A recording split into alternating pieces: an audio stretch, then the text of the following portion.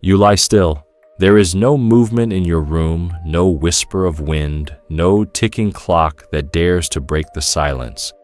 Only the soft hum of the earth, a quiet vibration beneath everything you've ever known. You cannot hear it, not with ears made for human life, but satellites above you listen to it constantly. They record it like a steady heartbeat, a pulse of magnetic breath wrapped around the world. Somewhere far above, NASA's swarm spacecraft glide in slow circles, 3 small bodies moving through the dark, measuring the invisible current that protects every tree, every river, every fragile human dream from the storms of the sun. They sense the Earth's magnetic field, tightening and loosening as the planet rotates like a blanket, being adjusted in the night. You breathe in. The air feels ordinary, simple, weightless. But the quiet above you is not empty. Because tonight, there is something else drifting through that darkness, something that does not behave the way the universe usually behaves. It has no name yet. Astronomers only call it the visitor. It travels through space in silence, carrying its own rhythm of light, pulsing like a faint echo of something long forgotten. And long before scientists realized what they were seeing, the object had already passed the orbit of Neptune unannounced, uninvited, following a path that should have been impossible. You shift slightly, feeling your own heartbeat as if it were syncing with a distant signal. You do not know its shape, not yet. No one truly does. All that exists so far are fragments of brightness, captured by telescopes, flickers of light that do not match the way ordinary comets behave. A normal comet brightens slowly as it nears the sun.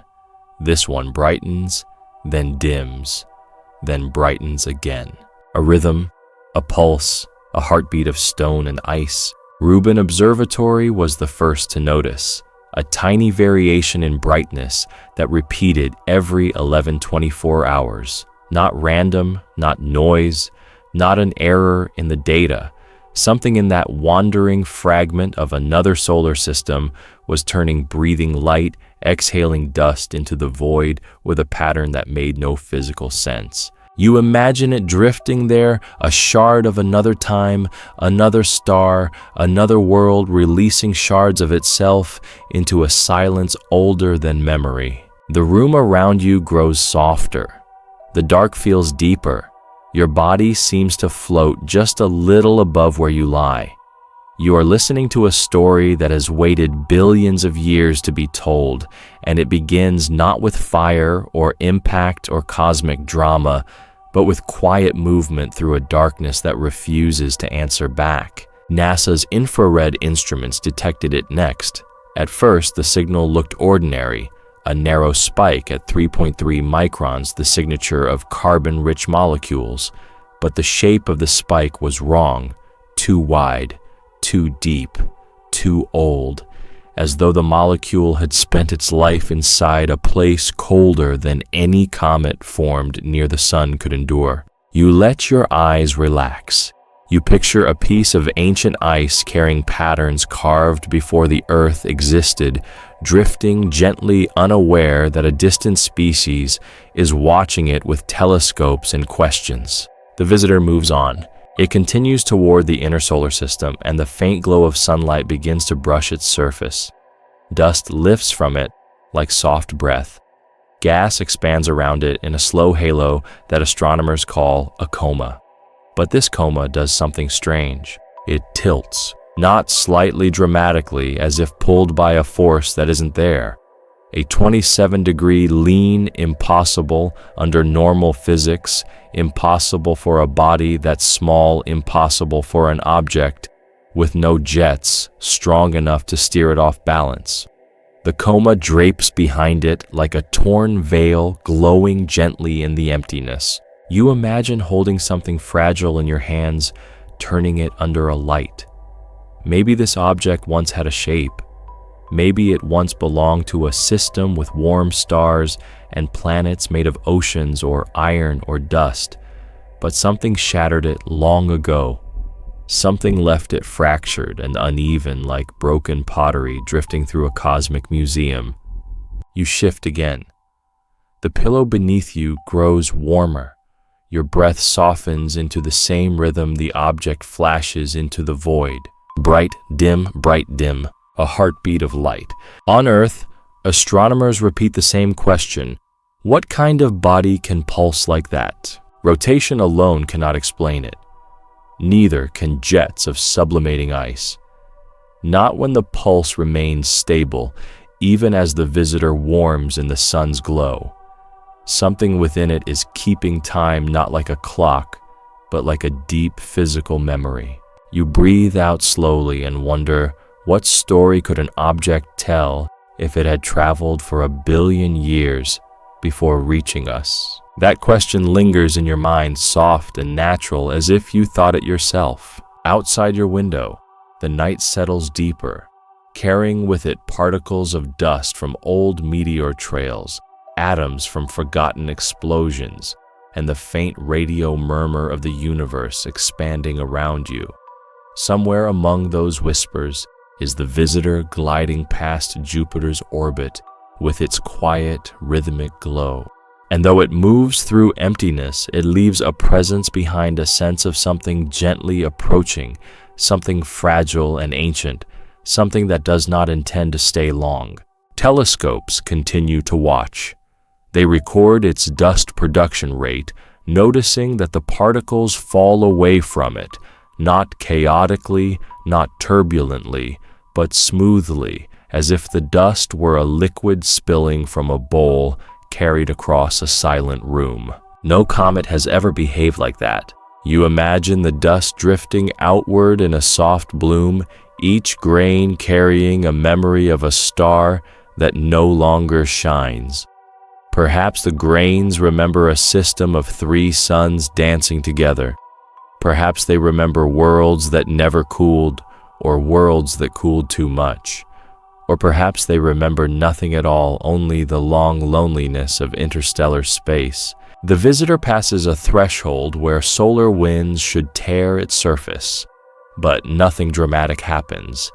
It continues forward, patient, steady, slow, like someone walking through a gentle snowfall. And still that rhythm continues. 24 hours, every pulse the same. Scientists try to model it. They try to understand how a body that fractured long ago can remain intact.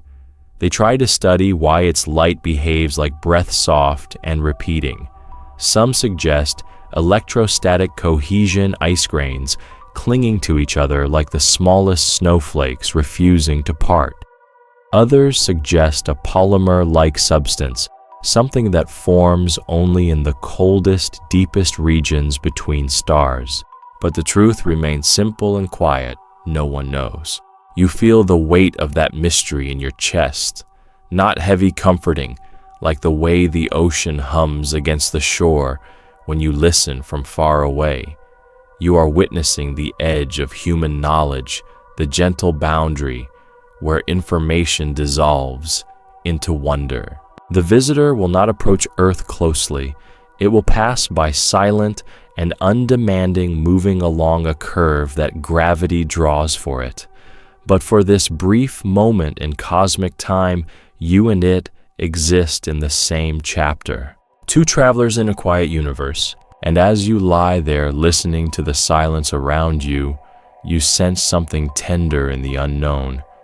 Not fear, not urgency, only a soft presence, like finding a letter written long before you were born, addressed to no one yet somehow meant for you. The visitor glows once more, brightening softly as dust drifts from its fractured surface. You close your eyes. The world grows quieter.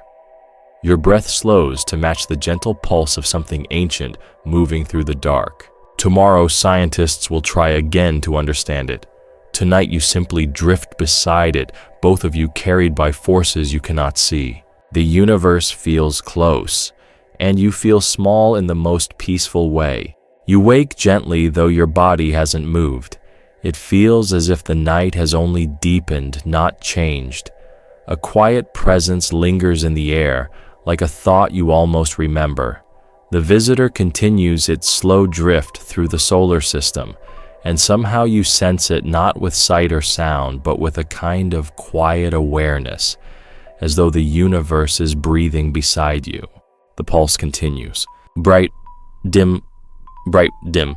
Rubin Observatory watches the rhythm unfold against the dark. The pattern is so steady that astronomers check their instruments again and again. Telescopes sometimes lie. The universe never does. Yet here is something that should not be possible.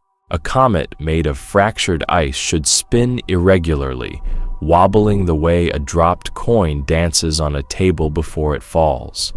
But the visitor spins in perfect rhythm, as though it remembers a motion learned long before it entered our region of space. Every 11-24 hours, the light curves rise and fall with the gentleness of someone turning a page. You stretch your fingers slightly on the blanket. You imagine that distant object rotating in the same slow ease, carrying its ancient secrets with it unhurried by the sun's increasing warmth. NASA's infrared instruments trace the glow coming off its dust, a warm signature riding on cold grains. The sun wakes faint molecules that have slept for billions of years, letting them whisper into space once more. When the dust drifts away, each particle becomes a memory of the object's birth, a small archive of another solar system entirely. You picture one grain drifting free, tiny and soft, as though you could hold it on your fingertip. It is made of carbon, oxygen, silicates, the same ingredients that built Earth. But the ratios are different. The fingerprints are wrong for anything native to our star. It is older, much older. ALMA detected that truth earlier, recording faint isotopic lines that belong to environments colder and more distant than any place near the sun, ratios of carbon-12 and carbon-13 that point to a star with a metallicity lower than ours, perhaps a star that burned faintly blue and died before the first humans ever walked. You inhale gently. The air feels quiet again. The visitor's dust bloom spreads in a way no comet's dust ever has. Normal comets shed particles in bursts, chaotic and uneven jets spraying from fractures like tiny geysers. But this one doesn't burst. It disintegrates evenly like powder poured carefully into a bowl of still water. Dust leaves it in a smooth, constant flow, as though some unseen hand were brushing the surface with absolute patience. Astronomers look at the coma spreading behind it and cannot explain the uniformity. Some speculate that the structure is porous, full of tiny interconnected chambers that release gas in a synchronized whisper. Others think the dust itself may be made of grains shaped to tumble in the same direction as they fall away. Most simply sit back and stare, unable to reconcile the calmness in the data. You imagine the visitor turning light, glancing across its broken ridges. There are places on its surface that catch sunlight like old bone, pale and ancient. Other regions vanish completely, as though the ice there is made of shadow. The object's shape remains unknown, but telescopes think it may be long or bent or carved by impacts older than our sun. You feel the room cool slightly, the way the air does before dawn. In this calm, you allow yourself to wonder, how many worlds has this object passed? The question appears in your mind so gently, you almost believe it was your own thought. The visitor drifts closer to Mars's orbit. When it crosses that invisible line, NASA's Deep Space Network receives clearer data about its motion. The gravitational tug of the planets influences it in tiny ways, creating delicate curves in its trajectory, like a dancer adjusting steps to match distant music. But something else appears in the measurements. A slight acceleration, not powerful, not sudden, but real. Comets often accelerate due to jets of gas. but the visitor's dust pattern remains too smooth for strong jets. Its coma never erupts. Its brightness never flares. Instead, it moves with the elegance of a falling feather, guided mostly by gravity, nudged by sunlight, held together by forces small and stubborn. You sense the mystery settling deeper around you like a soft blanket. The night feels thicker. The universe feels nearer. Another pulse of light escapes the visitor's fractured surface. Telescopes gather it with quiet determination, turning faint photons into data and data into questions. The brightness peak doesn't match the object's visible surface. It comes from a region slightly off-center, a hollow, a fractured cavity, a scar from some distant collision. Astronomers compare it to impact pits on Comet 67P, to the deep voids in Arakoth, to icy basins formed by ancient micrometeorites. But none of those bodies pulse. None retain such steady rotation. None carry dust so evenly through space. The visitor holds its rhythm as if guarding something. You close your eyes for a moment. You picture yourself drifting alongside it, two small travelers moving together through the dark. You imagine reaching out a hand not to touch the object, but simply to feel its presence.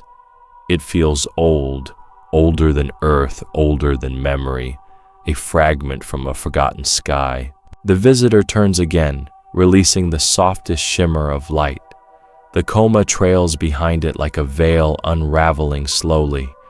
Dust grains swirl in graceful arcs, following the solar wind while keeping the object's rhythm deep inside their motion. In a few weeks, it will brighten further. In a few months, sunlight will reveal more of its fractured form. But for now, it remains wrapped in quiet mystery, a slow beating pulse in the dark. You breathe out, and your breath feels synced with it, slow and even. Scientists plot its course again. The trajectory curves gently toward the inner system, then arcs outward.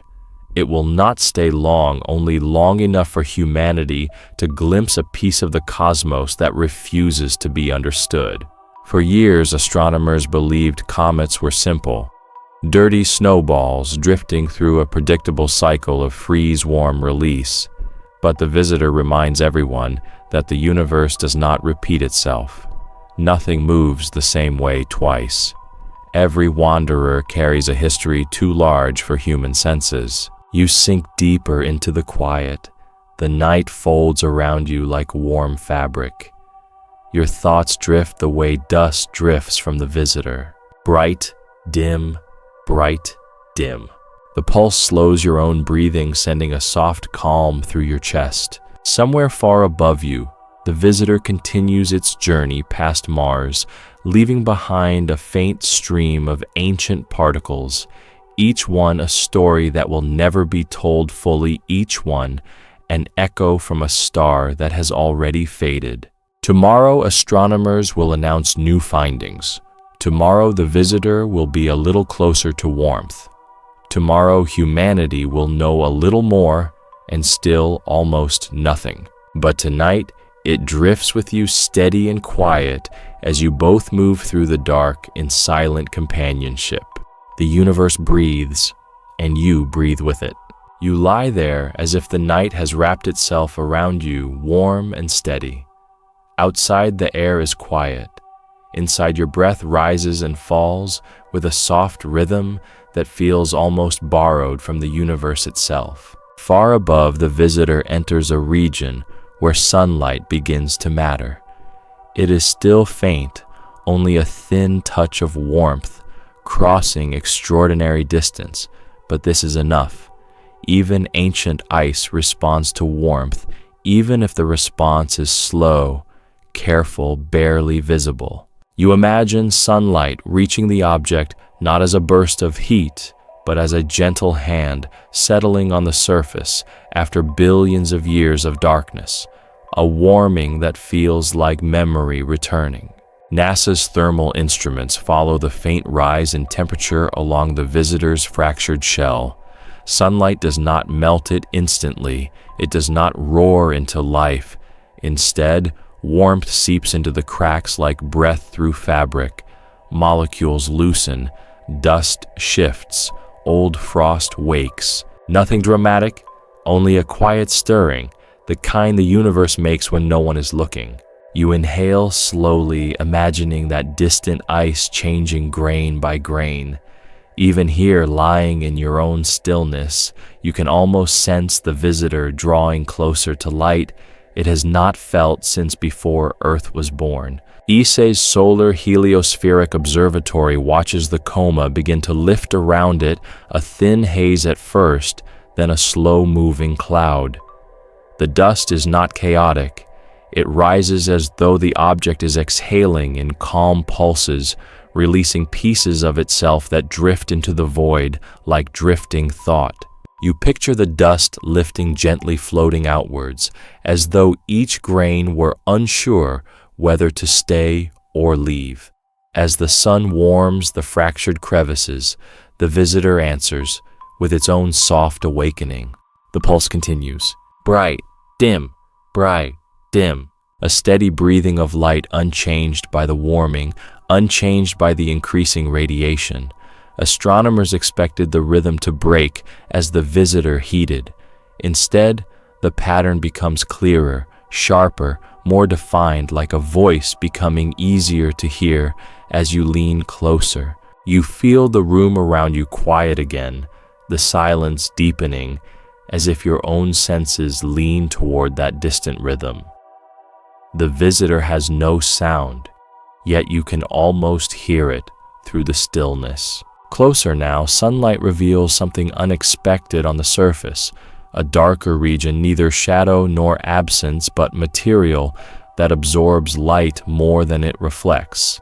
NASA's spectral readings suggest carbon compounds older than most comets we know, something complex layered born under conditions that Earth has never experienced. You imagine touching such material, porous, cold, ancient. It would crumble in your hand, but each fragment would hold the memory of a different sky. As the visitor warms, something else begins to move. Gas, but not in violent jets, not in bursts or eruptions. It slips out from beneath the surface like breath through parted lips. CO2 and traces of more complex volatiles drift outward in delicate patterns, curling around the object in slow spirals. This is not the typical outgassing of a comet. This is patient, harmonized, as though the internal fractures open in the same rhythm that the visitor pulses. You close your eyes. You think of breath, your own, rising and falling under dim light. The visitor mirrors that same gentle cadence. A question rises quietly in your mind, soft as mist. What kind of world could shape an object that breathes so calmly in the face of the sun? The question feels natural, as though you whispered it to yourself in the silence. Above the orbits of Mars and Earth, the visitor continues its slow passage. JPL's trajectory simulations indicate a path influenced not only by gravity, but by something subtler. The way dust leaves its surface affects its spin, and its spin affects its motion. Small forces, yet real ones. They shape its curve through space the way wind shapes the path of drifting seeds. You imagine the entire solar system holding still for a moment, watching this single fragment of ancient ice spiral inward with quiet dignity. Even the planets, enormous and bright, cannot match the delicacy of a visitor that has survived the cold of interstellar night. Sunlight continues to warm the object. More dust lifts from its body, shimmering like threads in a drifting tapestry. ALMA detects faint molecules in the coma acetylene methanol traces of ammonium salts, molecules found on some of the oldest comets, but in different ratios. Ratios belonging to a star that no longer burns. With each new measurement, astronomers confirm what they suspected: the visitor did not form anywhere near the sun. It carries the chemical memory of a star born earlier, somewhere colder, somewhere quieter, somewhere the galaxy has already forgotten. You imagine a distant system with faint light, slow orbits, long winters measured in millennia. Perhaps the visitor broke off from a world that never warmed. Perhaps it drifted through the darkness after its parent star died. Perhaps it wandered through unlit regions of the galaxy, gathering scars from dust storms too faint to see. Somewhere in that long wandering, it learned to pulse. Bright, dim, bright, dim. The rhythm continues even as it warms, as if some deep part of the object refuses to forget the cycle it once belonged to. A new layer of sunlight reveals a ridge curved and broken. NASA's cameras cannot resolve its shape perfectly, but they see enough to hint that the visitor once collided with something large. A fragment lost a wound carved into ancient ice, and yet the object holds its rhythm unbroken by its past. You shift slightly on your pillow, imagining what it must feel like to carry a billion-year-old scar and still drift with such grace. The coma expands, the visitor warms, and still it remains calm. No flare-ups, no violent jets, no sudden brightening. Only a slow release of dust that behaves like smoke rising from a candle in a windless room. The sun grows stronger. The visitor answers softly. Its internal temperature rises just enough for older volatiles to begin leaving their hidden chambers. When they escape, they carry with them molecules shaped differently than anything Earth has known, rare isotopes, unexpected ratios, silent relics of forgotten astrophysical furnaces. You breathe out long and slow. A delicate calm settles in your chest, the same calm that seems to surround the visitor despite its impossible journey. Somewhere inside its fractured shell is a history too large to be told in a single lifetime, a story carried not in words, but in dust. As warmth spreads deeper into the object, the material holding its fragments together begins to respond. Electrostatic forces loosen, ice grains shift, but the visitor does not fall apart. Instead, its rotation becomes more precise, its pulse steadier, as though warming brings clarity rather than chaos. You feel the slow turn of the object echo in your mind, its movement becoming a companion to your own quiet stillness. The universe does not hurry, neither do you. Sunlight continues to brush the visitor's surface, revealing a bit more, but never the whole. It keeps its secrets gently, offering just enough to invite wonder, never enough to end it.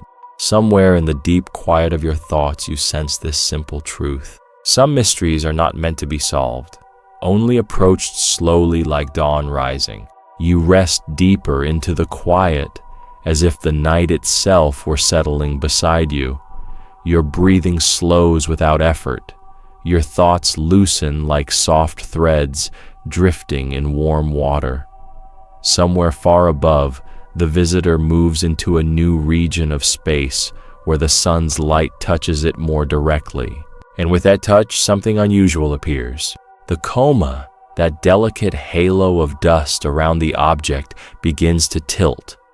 Not slightly, not the way comets usually lean as they spin, but sharply, as if pulled towards something that isn't there. You imagine looking at it from far away, a glowing fragment drifting against the dark, but the light behind it isn't symmetrical. It bends. NASA's sun-pointed observatories detect the tilt first, a 27-degree sweep steady and impossible. The dust should flow directly away from the sun, pushed by radiation in clean, predictable lines. But the visitor's dust drapes like a scarf caught in a wind only it can feel. You let that image settle in you, a veil moving in a breeze no one else can sense. Astronomers model the shape again and again.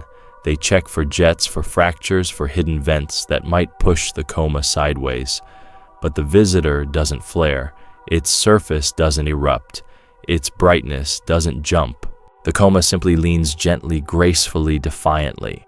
You picture the object turning slowly, its broken ridges casting slender shadows across its surface. The sun glances off it like a quiet gaze, revealing features so faint they slip between photons, hollows, ridges, scars, carved by micrometeorites millions of years ago. As light touches the visitor, the shadows shift, but the tilt does not. You feel your body soften even more, as if your own weight has fallen into the shape of the mattress. There's a peacefulness in not understanding something, a comfort in knowing the universe still holds secrets untouched. ESA's deep field telescopes catch the dust drifting in long, smooth arcs. No turbulence, no spiral patterns, no broken plumes. Instead, the particles glide as if following the memory of a shape the visitor once had, a structure lost long ago, leaving only the way dust curls around its invisible outlines. You imagine holding a broken pottery shard underwater, watching currents flow around edges that no longer exist. Yet the water remembers the vessel's original form. It moves around the absence as if the whole object were still there. The visitor's coma behaves like that, flowing around something not present, something gone, something the universe has erased. A fragment of silence settles into your mind. You feel it like a warm hand resting on your chest. The visitor continues closer to the sun, and as it does, its rotation becomes easier to measure. The pulse of light remains perfectly timed, undisturbed by the tilt of its halo. Bright, dim, bright, dim. The rhythm feels almost internal now, not a surface effect, but a deep signature woven through the object's core. NASA's photometry reveals an odd asymmetry. Each time the visitor brightens, the light peaks slightly before the rotation should expose the same surface again. The dust reacts to something beneath the crust, responding before the physical rotation brings it into view, as if the visitor is glowing from the inside. You shift gently under your blanket. A quiet warmth spreads from your chest outward, like a tide that doesn't want to rush. The visitor's path curves through space with delicate precision. Gravity from Mars nudges it. Solar wind brushes it. But the tilt remains unchanged. The coma leans like a quiet bow, like the object is listening to something distant. You picture dust drifting from its fractured flank. Each grain catches sunlight, spins, and falls behind in long ribbons, the way hair floats underwater. These grains come from places deeper inside the object regions, untouched for billions of years, now meeting sunlight for the first time. ALMA catches faint signatures of heavier organics in these grains, molecules shaped by environments colder than any region near the sun, molecules that suggest the visitor once lived in deep interstellar clouds, where temperatures fall so low that chemistry slows to a near silence. Your breath matches that stillness, slow, steady, effortless. The coma continues to extend, reaching tens of thousands of miles behind the visitor, but no matter how large it grows, it remains smooth, as if sculpted by calm water rather than chaotic jets. Something in the visitor imposes order on the dust, something subtle and old. As telescopes watch, the object passes through a moment where sunlight scatters off its coma differently. The particles glow warmer, revealing a faint asymmetry on the visitor's surface, a region that absorbs heat more than the rest. Perhaps a darker crust, perhaps an impact scar, perhaps the signature of a mineral from a place where planets never formed. NASA compares the reflectivity to samples returned from comets and asteroids. Nothing matches. You inhale softly, picturing that dark material, something forged in a world that never warmed, trapped inside the object, like a fossil of another sky. The visitor glides on, and the coma tilts with it, like a shadow that refuses to obey. Astronomers describe it as broken symmetry, a phrase that sounds both scientific and poetic, like naming the moment when a reflection in water becomes distorted by a gentle breeze. You feel the phrase linger in your thoughts, broken symmetry, the beauty of something that isn't perfect but true. As you breathe the night around, you grow stiller, as if the air itself were listening. The visitor's movement is almost meditative, a slow journey through emptiness, guided not by violence, but by the softest nudges of physics. And yet, even in that quiet, something remains concealed. The tilt hints at interior fractures. The pulse hints at internal compartments. The dust composition hints at a birthplace far beyond familiar stars. All these clues whisper the same soft truth. The visitor is not whole. Somewhere in its body is a missing piece, a void from a collision long ago, a cavity that shapes its tilt, its pulse, its dust, its history. You lie there feeling the weight of that truth settle like warm sand. There is peace in accepting that something is broken and still beautiful, still traveling, still glowing. A single thought rises gently inside you, not sharp, but soft, the way ripples appear on a quiet lake. What ancient moment shattered this object, and how far has its broken symmetry carried it since? The question melts into the silence, becoming part of the night. The visitor continues drifting its tilted halo, following behind like a memory that refuses to straighten, a gentle reminder that even across cosmic distances, the universe keeps the stories of its fractures. You breathe once more slowly. The night holds you still. The cosmos moves softly around you, and far away, the visitor leans into the darkness with quiet grace. You lie a little deeper into the quiet, as if the night has slowly learned your shape. In the stillness, your breath becomes a gentle tide rising and falling, with a rhythm so soft you barely notice it.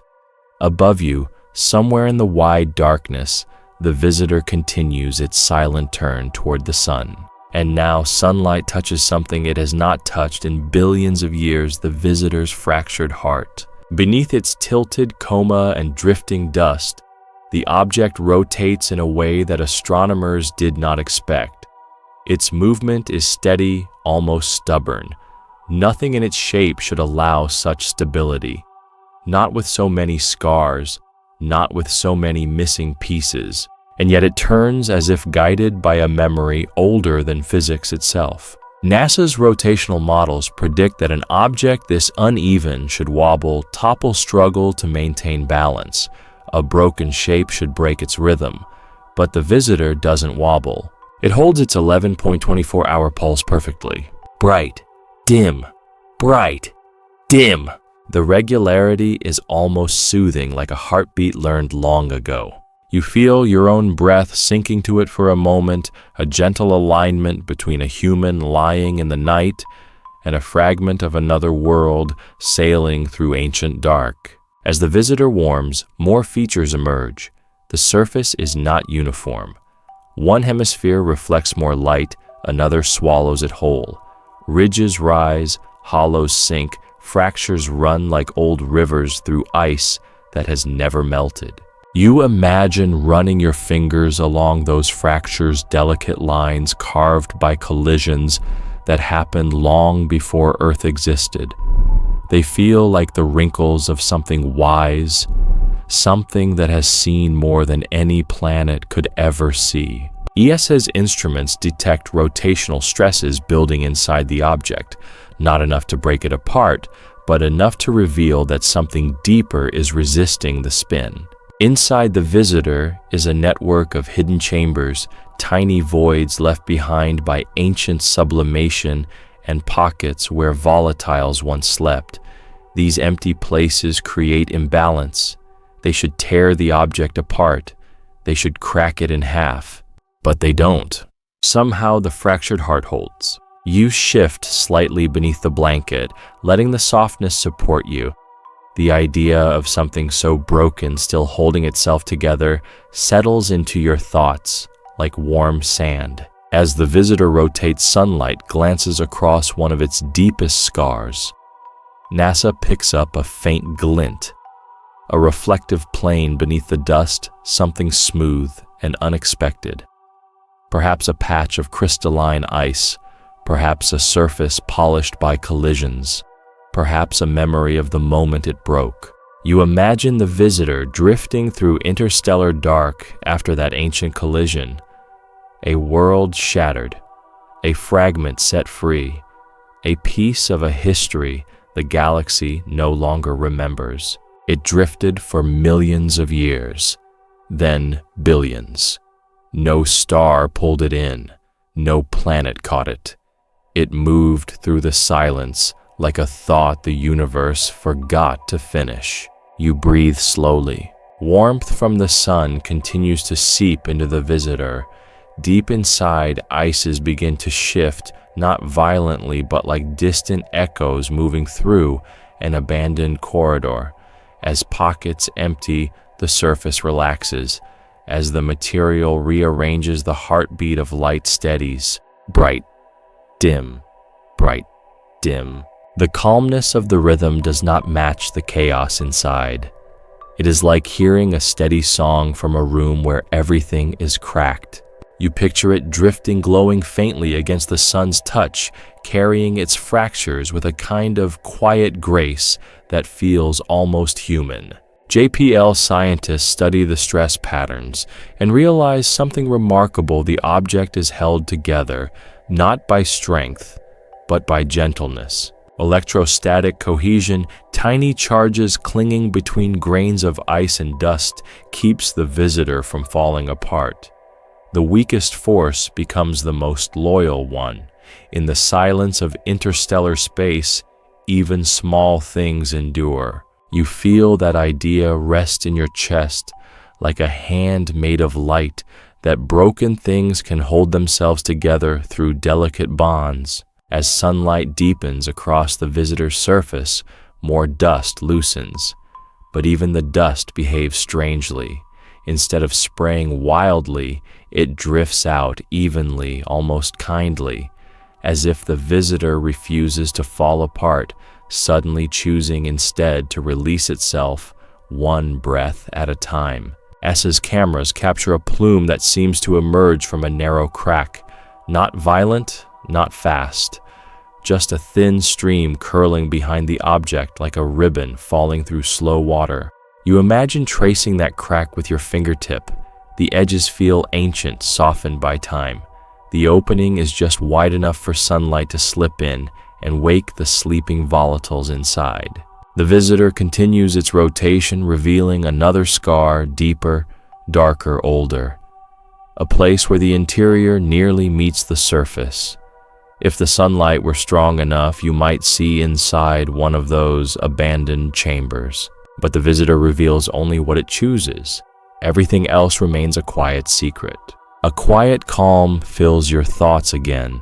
You cannot see the visitor, but you can feel the idea of it, a drifting heart made of fractures held together by threads of gentle force.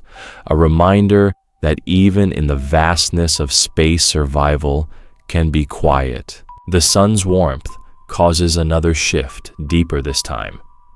NASA's thermal signatures catch a momentary flicker, a vibration that passes through the visitor's core.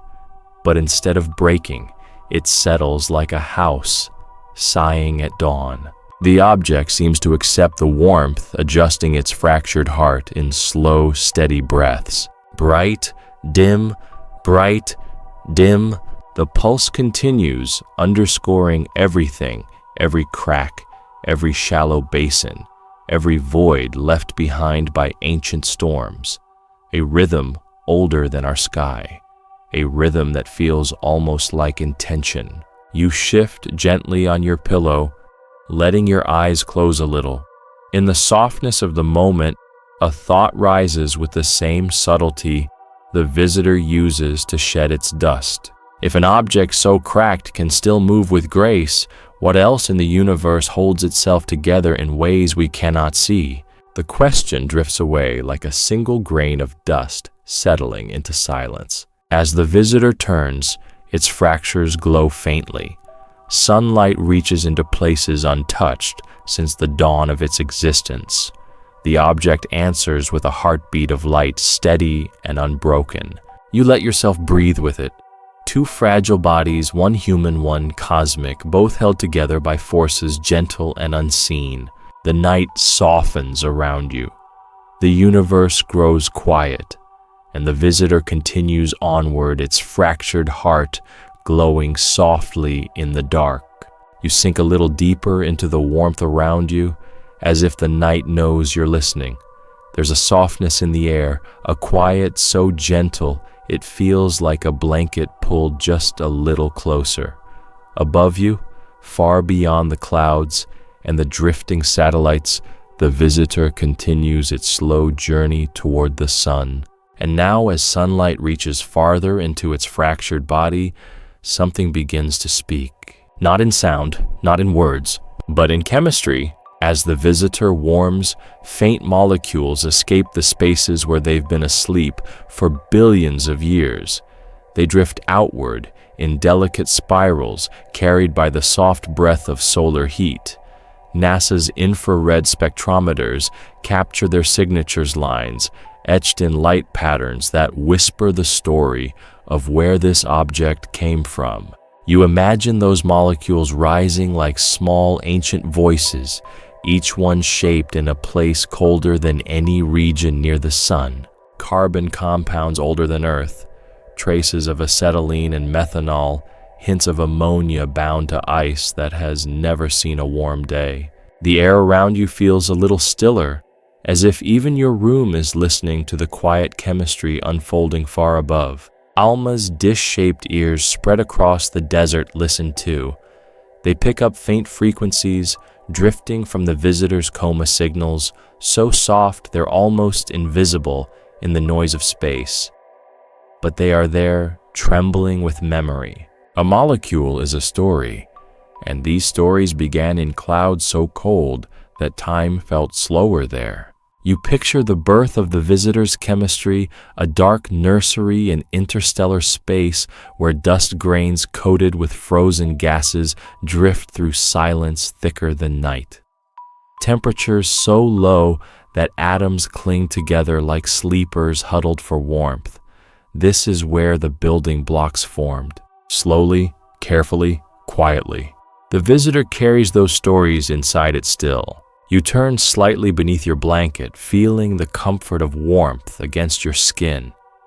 In this quiet moment, you can almost imagine that the visitor feels something similar, a warmth spreading through its body for the first time in ages. More molecules awaken, more signatures appear.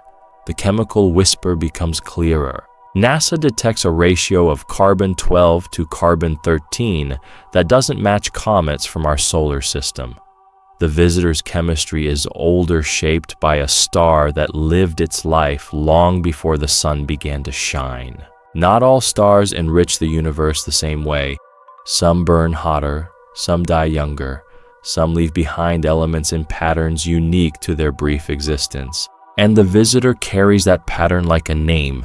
You imagine holding a tiny shard of that ancient ice between your fingers.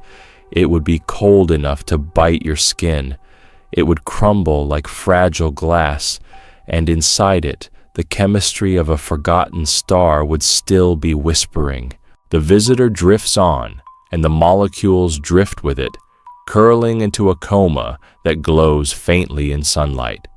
ESA's deep field instruments observe how these molecules scatter light differently, a soft, warm hue mixed with the pale glow of dust. This is not the glow of a typical comet. It has depth like candlelight passing through frosted glass. You breathe slowly, letting that image fill your mind. There's something peaceful about imagining light moving through ancient ice. More data arrives as the visitor warms. Methanol lines appear stronger than expected. Acetylene spikes reveal unusual densities. Ammonium salts suggest that the visitor formed in regions where chemical reactions happened at temperatures near absolute zero. Your breath slows with the rhythm of the night. The universe feels closer, quieter, more attentive. The visitor continues its turn, and sunlight reveals a new signature, a faint trace of molecular hydrogen escaping from a deep fracture. This is rare. Comets near the sun lose hydrogen long before they warm enough to release larger molecules, yet the visitor releases them together as if all the chemistry within it has been locked for so long that it awakens as one. Everything about its composition seems to say I am older. I come from colder places. I remember things the sun has never known. You let your eyes soften. The thought calms you that the universe keeps memories in such small, fragile forms. Astronomers watch as the chemical plume grows. Still no violent jets, still no chaotic eruptions, only a quiet, patient release. The dust and gas move together like strands in a drifting ribbon, all held within the same gentle motion. This calmness is unusual. It means the visitor's interior is warming evenly like a frozen lake, thawing across its surface at dawn. You imagine that warmth spreading deeper, touching chambers where volatiles have waited in silence longer than Earth has existed. Each chamber opens slowly. Each molecule rises like a soft sigh. Bright, dim, bright, dim. The pulse continues, and the chemistry moves in time with it. Not perfectly, nothing in the universe is perfect, but close enough that astronomers begin to wonder if the visitor's internal structure is guiding its release, as if its chemistry remembers the rhythm of its rotation. You shift slightly, feeling the blanket cling to your shoulders. In your quiet space, the visitor's distant chemistry feels strangely familiar, the way memories rise when warmed, the way old feelings drift back when the mind is still. The visitor glides onward, leaving behind a trail of particles that carry the chemical fingerprints of a system that no longer exists. A lost star, a forgotten cradle, a silence deeper than the void. NASA's data shows another surprise: traces of isotopes with ratios that suggest the visitor formed near the outer regions of its home system, possibly in a disk of dust and ice, where planets either never formed or never survived. You imagine a cold ring around an ancient star, a place where ice grew layer by layer, slowly capturing the chemistry of a distant sky. A place where the visitor once belonged. And then something happened, a collision, a disturbance, a quiet violence that set the visitor free. It drifted for eons, carrying with it the chemical whisper of its origins. Now, as sunlight warms its fractured shell, those whispers rise again. You breathe gently, imagining the molecules lifting into space like soft voices returning to the world after ages of silence. A question drifts into your mind, subtle and light. How many forgotten stars still speak through the chemistry of travelers like this one? The question lingers like a fading echo before dissolving into calm. The visitor rotates once more, its plume of ancient molecules glowing faintly behind it. The chemical whisper spreads through the coma, carried by sunlight and silence. It is a quiet reminder that the universe keeps history not in books or stories, but in the smallest patterns of matter itself. You lie still. The night wraps around you, and far away the visitor continues to unlock its past in soft exhalations of drifting chemistry. You lie still, letting the quiet settle around you like a slow-moving tide. Your breath rises and falls in the dimness, steady and calm. Somewhere far above the soft ceiling of your room, the visitor reaches another moment in its journey, a moment when its dust begins to move in ways nothing in space should move. Dust is supposed to scatter. It should spray into the void. It should break into chaotic clouds. It should follow jets of gas like sparks whipped away by fire. But this dust does something else. It flows. NASA's long-range imaging watches it form a ribbon behind the visitor, a smooth, steady, unbroken stream. No bursts, no turbulence, no spirals, only a calm, continuous drift, as if the object were pouring dust from a hidden bowl. You imagine holding a handful of powder above still water, letting it fall in a gentle line. The particles would sink in a calm column, drifting downward the same way the visitor's dust drifts outward. That image stays with you, dust behaving like water in a place where water cannot exist. The air around you feels softer, quieter, as if responding to the slow movement happening hundreds of millions of miles above. ALMA detects that the dust grains are unusually uniform, similar sizes, similar shapes, smoothing out their drift.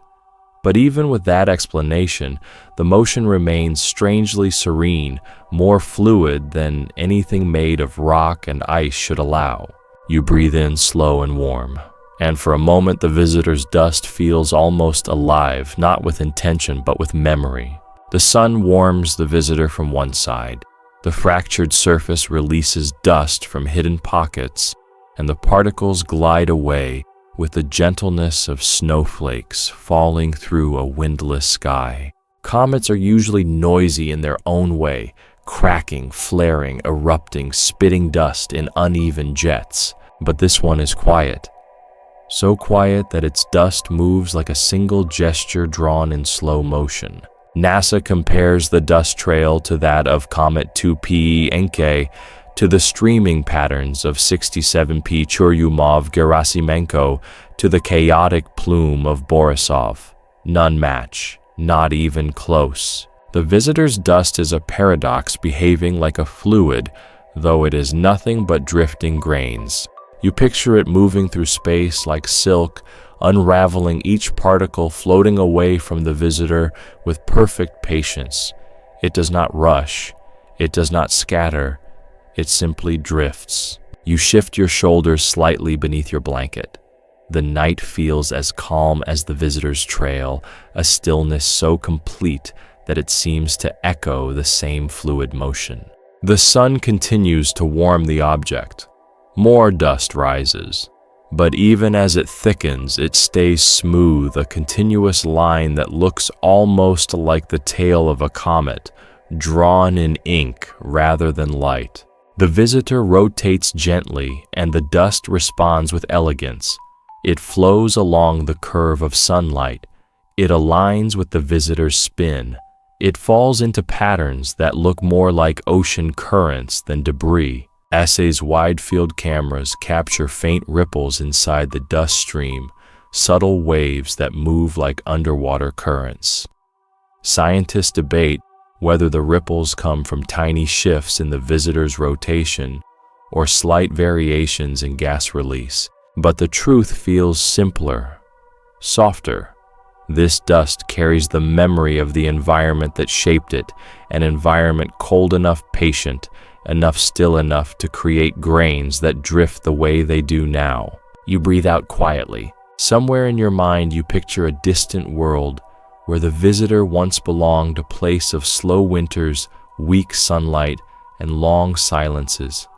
Perhaps the dust formed there in conditions so gentle that even after billions of years it still remembers how to fall softly. The visitor glides onward, leaving behind a dust trail that becomes a ribbon of ancient memory stretching across space.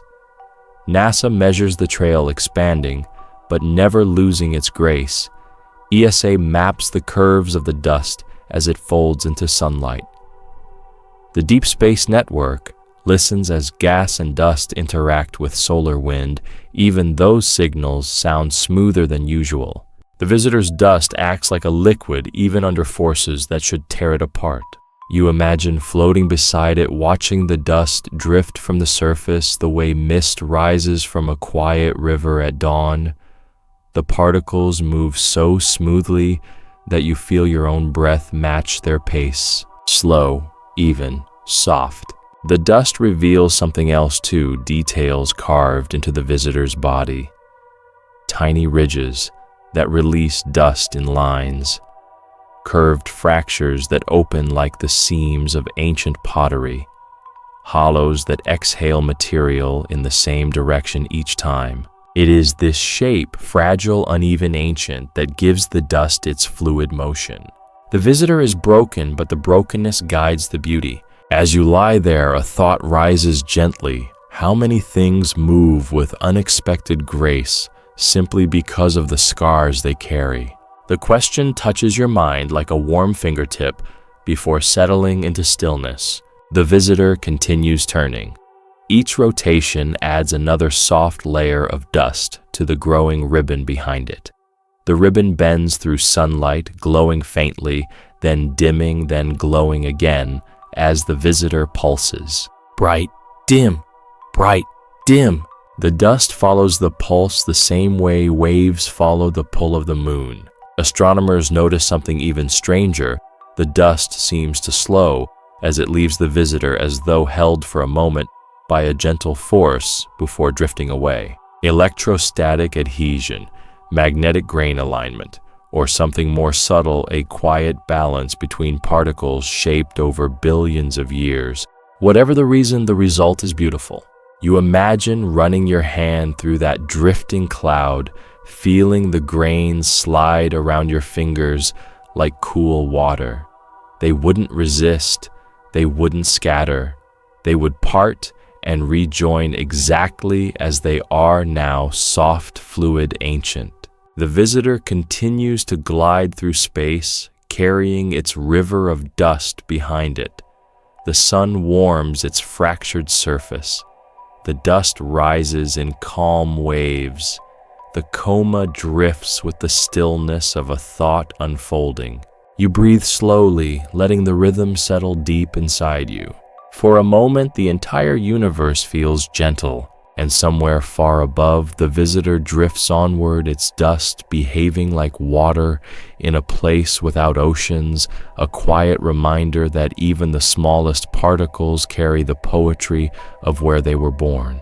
You lie still, wrapped in the dimness of your room, while something far above moves into a moment astronomers have waited for.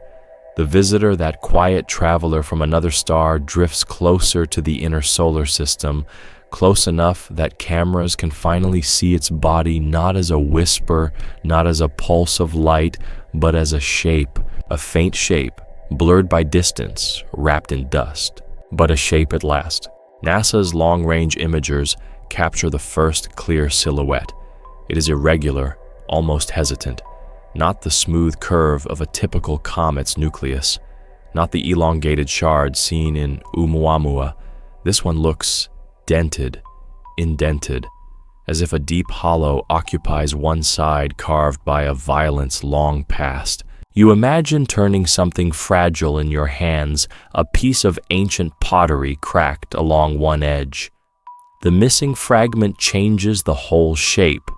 The visitor looks like that, a body missing something that once belonged to it. The air around you feels quieter as you picture this small world drifting with its imperfections toward the light of our sun. The closer it comes, the more sunlight brushes across the fractured landscape. ESA's high-sensitivity instruments catch the way shadows pool inside the hollow, a soft darkness deeper than the surrounding ice. If the light were a little stronger, you might see the interior of that cavity, but not yet. You feel a strange tenderness for the object, a wanderer carrying a wound it will never repair. NASA compares the new images to simulated models. In one frame, the visitor appears slightly flattened, in another, slightly curved. Its rotation makes its outline shift from every angle like a stone worn by eons of drifting through cosmic storms. You breathe in slowly. For the first time, the visitor's surface features can be traced.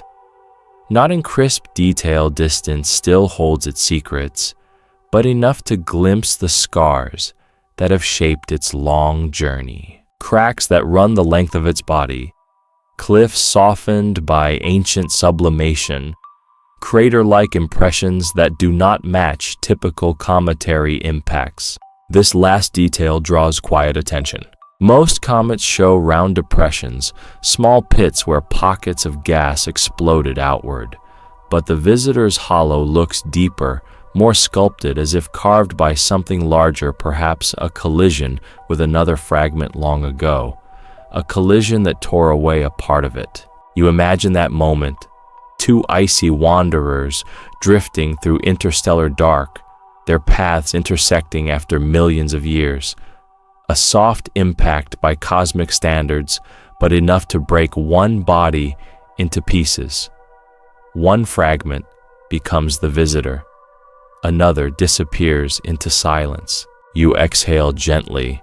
The thought feels both sad and beautiful, the way the universe creates by letting things break. As the visitor approaches its perihelion path, sunlight reveals more of its structure. The fractured heart from earlier parts glimmers with faint reflections. The dust streams twist in slow arcs behind it, and the cavity, that great hollow in its side, deepens into shadow. ESA models suggest the cavity may reach far into the interior, shaping the visitor's center of mass. This might explain the steady rotation, the balancing act, the impossible symmetry despite the brokenness. You imagine the object turning like a dancer who has learned balance not from perfection, but from knowing where the weight of their body truly lies. NASA's photometry captures small brightness fluctuations along the visitor's surface as it rotates. The light curves are smoother now, clearer, more readable, because the object is close enough for its pulse to show shape as well as rhythm. Bright, dim, bright, dim. The pulse reflects how sunlight fills the hollow, then slips away.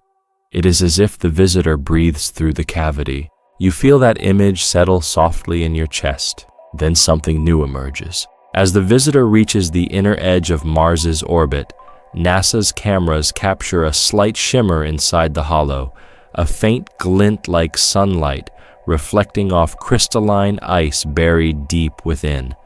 Not bright, barely visible, but real. The interior walls of the hollow appear smoother than the outer surface, shaped by long-term sublimation in the cold of interstellar space. This inner region may hold some of the oldest material in the visitor's body ice that has never before met the light of any star. You imagine that untouched ice, older than Earth, older than the sun, waking for the first time as gentle warmth reaches it. Its first sunrise in billions of years. You sink deeper into your pillow, feeling the quiet poetry of that thought.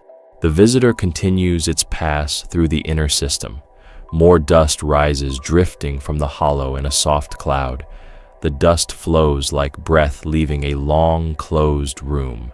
ESA detects that the dust from the hollow has a slightly different composition, richer in organics, darker perhaps coming from regions shielded for eons. Molecules that once formed in cold nebulae now float free under the sun. The coma thickens around the hollow, giving the visitor an almost luminous aura on one side. But still, the movement remains gentle. You imagine drifting beside it, watching the dust spill from the hollow like slow smoke. The visitor turns, and you feel the shadow of the cavity move across its surface, revealing new edges in faint glow. The closer it comes, the more the universe seems to reveal of its old wanderer, but only enough to deepen the mystery. And in the softness of the night, a quiet question rises in your mind. With the gentlest touch, what memories does a hollow like that hold? And how far has it carried them through the dark? The question settles into the calm around you, drifting like dust. NASA predicts the visitor will pass through its closest point soon, not near Earth, but close enough for humanity to witness a shape that has traveled farther than any world we've touched. You breathe slowly, letting the idea drift through you. A fractured body, a deep hollow, a first sunrise in billions of years, and the patient, steady pulse of something that refuses to be defined. The night holds you gently, the visitor sails on, and the universe writes its story in light one breath at a time. The room around you feels quieter than before, as if your breathing has woven itself into the fabric of the night. Above you, far beyond the drifting satellites and the laced patterns of Earth's magnetosphere, the visitor reaches a turning point, a moment when its path becomes clearer. Not because the universe has revealed its secrets, but because astronomers have finally gathered enough clues to trace where this wanderer might have come from. Its orbit tells a story. NASA, ESA, and JPL combine their measurements, light curves, dust behavior, velocity shifts to create a long, delicate line across the darkness. A thread, a path, a story written in motion. You imagine that line stretching behind the visitor like a trail of quiet footsteps through snow. Each step shaped by gravity, by dust, released by the long rhythm of its pulse. Bright, dim, bright, dim. But when scientists follow the trail backward, beyond Mars, beyond Jupiter, beyond the cold edge of the Kuiper Belt, the line resists simplicity. It bends around ancient influences, subtle tugs from the sun, whispers of force from planets it never touched. Backwards, backwards, backwards, until finally the path leaves the solar system entirely. You feel the air in the room drift a little softer, as if the silence is widening. Interstellar space is not empty. It is a sea of motion. Streams of dust, winds of charged particles, memories of long-dead stars. The visitor moved through all of them. Its orbit retraced through models shows that it did not come from any known nearby star. Its approach angle is wrong for Alpha Centauri, wrong for Barnard's star, wrong for the great flow of bodies from the direction of Vega. Instead, its trajectory points to a quiet region of the local bubble, a place with almost no stars, only faint whispers of ancient supernovae. You picture a vast darkness where no bright suns shine, where only thin clouds of dust drift through dim plasma. A place forgotten by the galaxy, yet somehow the starting point of this small, fractured traveler. And for the first time, astronomers wonder if the visitor was pushed. Not by aliens, nothing sensational, nothing loud, but by the slow echo of a supernova shockwave. A gentle shove delivered millions of years ago, a ripple through the interstellar medium, just enough to nudge a fragment of ice and dust onto a new path. Toward us. You breathe out softly, imagining a shock wave spreading through the galaxy like ripples on a frozen lake, each ring carrying the memory of a star's final breath. The visitor might be one such ripple, a remnant, set loose by a star that died in silence long before humanity took its first steps. And as you rest there, that idea feels strangely comforting. We are built from stars. We are warmed by a star. We sleep under the remnants of stars that died long ago. Perhaps it is natural that one of them would come to visit. NASA continues to refine the trajectory. Even with perfect models, the path bends away into uncertainty as it exits the solar system. Dust drags, gas release, subtle changes in spin, they all add noise. But one truth stands out: the visitor did not come from a crowded place. It was born on the outskirts of something, maybe a planetary system that failed to form, maybe a debris disk around a dim star, maybe the cold outskirts of a stellar nursery that dissolved into nothing. You imagine a region where stars once gathered, then drifted apart as if forgetting they were ever meant to shine together. From that loneliness, the visitor emerged. ESA's orbit analysts attempt something more daring. They model not just backward, but sideways, comparing the visitor's motion to the great streams of stars moving across the Milky Way. The Hyades flow the Sirius stream, the Hercules group. None match. The visitor is not part of a stellar family. It is a solitary traveler, Your breath slows as if matching the quiet nature of the wanderer's path. For a moment there is peace in imagining something that belongs nowhere and everywhere, a small body carrying no allegiance to a star, drifting in soft arcs through the galaxy's dark architecture. It continues its close pass through the inner solar system, and NASA notes another subtle detail. Its orbit is hyperbolic, not bound. It will leave. It will not return. It will carry on through space long after Earth has spun out its days. This is not a visitor seeking a home. It is simply passing through. You imagine tracing its future path into the deep dark, a line extending outward beyond the heliopause, then curving slightly under the faint tug of gravity from stars it will never meet. A path with no destination, only motion. ESA's simulations suggest that in a few million years the visitor will pass within a distant handful of light years from another quiet region, maybe near the Scorpius-Centaurus Association, maybe beyond any named structure. But no two models agree. The future becomes mist, and somehow that feels right. Some things are meant to be mysteries, not puzzles. The visitor's orbit is one such mystery, a soft thread running through the quiet fabric of the galaxy. As you exhale again, your thoughts settle like dust falling through still water. What if every interstellar object is a page drifting from one corner of the galaxy to another, not to deliver messages, not to carry secrets, but simply to exist, to move to remind distant worlds that the universe is shared? A library of orbits, each fragment a book written in silence, each trajectory a sentence, each arrival a whisper between stars. A question rises naturally inside you, soft as the dim glow of the visitor's coma.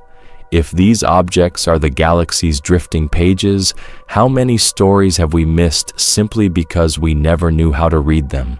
The question lingers like a floating grain in a slow beam of light. You feel the calm settle deeper. The room grows heavier with warmth. Your breath becomes slow, easy. Above you, the visitor continues on its path, a single fragile line threading through the vast dark, guided by nothing more than old forces and forgotten beginnings. It carries no message. It carries no warning. It carries only the quiet truth of its journey. And as the universe moves softly around you, you feel connected to that drifting page, another traveler tracing their own small line through the great library of space. You lie still, drifting somewhere between thought and rest, while the visitor continues its quiet passage through the inner solar system. You have followed it through dust and fracture, through chemistry and ancient memory. But now another mystery rises to the surface. Not something visible, not something the eye can capture, but something deeper. A resonance, its pulse. Bright, dim, bright, dim. A rhythm older than Earth, older than the sun, older than anything human senses were meant to understand. NASA's photometric data shows the same pattern as before, 11.24 hours, impossibly consistent. But now something changes, not in the rhythm itself, but in how the universe reacts to it. As the visitor approaches perihelion distance, the pulse becomes clearer, sharper, almost melodic. There is no sound in space, yet the rhythm feels like a kind of music, a silent note repeated across light years, steady and unwavering. You breathe slowly, letting your breath fall into the same cadence. For a moment, your chest rises and falls the way the visitor brightens and dims. The resonance seems to come from within its fractured heart, from chambers deep inside where pockets of ancient ice shift and settle as sunlight touches them for the first time in eons. ESA's thermal scans show temperature waves inside the visitor's subtle, soft pulses of warmth that travel through its interior with surprising harmony. The object isn't simply rotating, it is responding. Responding to light, responding to heat, responding to its own ancient architecture. You imagine a cavern deep inside the visitor, a hollow sculpted by billions of years of drifting through cold dust. When sunlight finally reaches its walls, the chamber exhales faint gas in a gentle heartbeat. It's not alive, not conscious, but it behaves as though something inside remembers how to breathe. Dust rises from the cavity in waves that align with the pulse. Gas escapes in intervals that match the rhythm.